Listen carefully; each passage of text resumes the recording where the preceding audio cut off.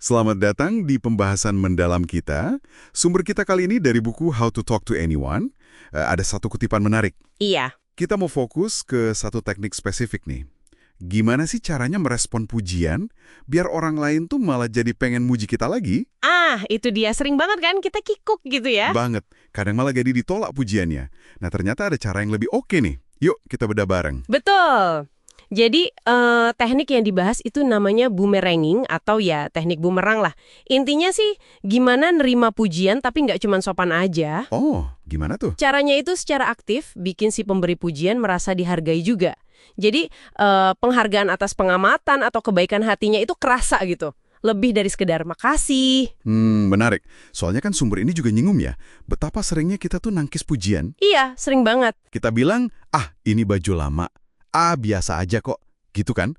Padahal, kalau dipikir-pikir, respons gitu tuh bisa bikin orang yang muji agak kecewa ya nggak sih? Bener banget. Kayak usahanya nggak dihargai gitu loh. Nah, itu dia. Makanya teknik bumerang ini penting. Analoginya gampang kok. Kayak bumerang aja, dilempar terus balik lagi ke pelemparnya. Oke. Jadi energi positif dari pujian itu kita arahin balik ke si pemberi. Jangan berhenti di kita aja pujiannya. Maksudnya dipantulin gitu ya?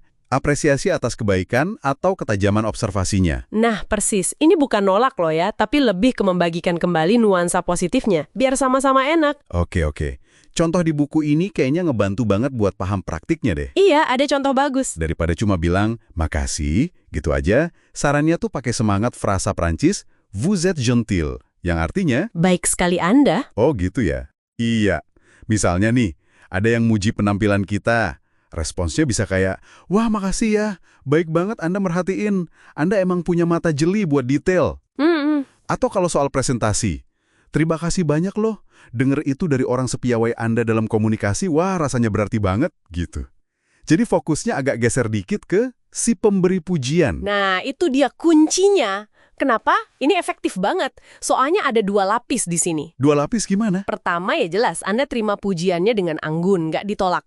Kedua, nah ini nih intinya, Anda secara eksplisit mengvalidasi si pemberi pujian. Validasi. Maksudnya? Iya, mengakui kebaikan hatinya atau seleranya atau mungkin keahliannya gitu.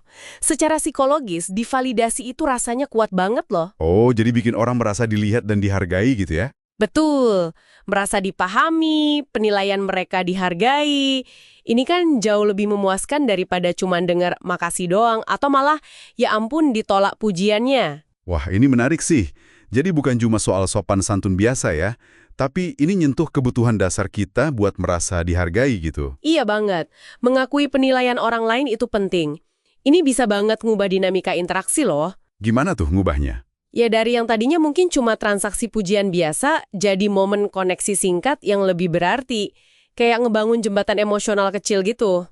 Masuk akal. Ada cerita juga di sumber ini tentang seorang pria yang belajar cara muji. Dia mujinya nggak umum, tapi spesifik banget ke kualitas tertentu dari beberapa wanita yang dia temui. Terus hasilnya gimana? Hasilnya, respons mereka positif banget. Ini nunjukin kekuatan pengakuan yang spesifik dan tulus itu kayak apa. Nah, teknik bumerang ini ngelengkapin siklusnya dari sisi penerima. Maksudnya? Dini, sama kayak pujian yang spesifik itu lebih ngena pas dikasih, respons yang secara spesifik menghargai si pemberi pujian juga bakal lebih kuat rasanya pas diterima. Nyambung kan? Oh iya. Jadi kalau muji spesifik itu efektif, ngerespons dengan apresiasi spesifik ke si pemberi pujian juga efektif. Oke. Tapi ada risiko nggak sih ini kedengeran kayak nggak tulus atau terlalu dibuat-buat kalau kita terus-terusan mantulin pujian? Nah, pertanyaan bagus tuh. Kuncinya ya di ketulusan sama relevansi. Gimana tuh? Pantulannya itu harus kerasa otentik, nyambung sama pujian yang dikasih. Misal, orang muji keahlian analisis Anda, terus Anda bales, makasih, Anda juga kayaknya detil banget orangnya, itu kan pas. Iya benar. Tapi kalau responsnya maksa atau nggak nyambung, ya bisa jadi bumerang beneran dalam arti negatif. Ini bukan soal ngapalin skripsi, tapi lebih ke memahami prinsip dasarnya, hargai si pemberi pujian. Oke, jadi intisarinya tetap di teknik bumerang itu ya. Terima pujiannya, jangan ditolak.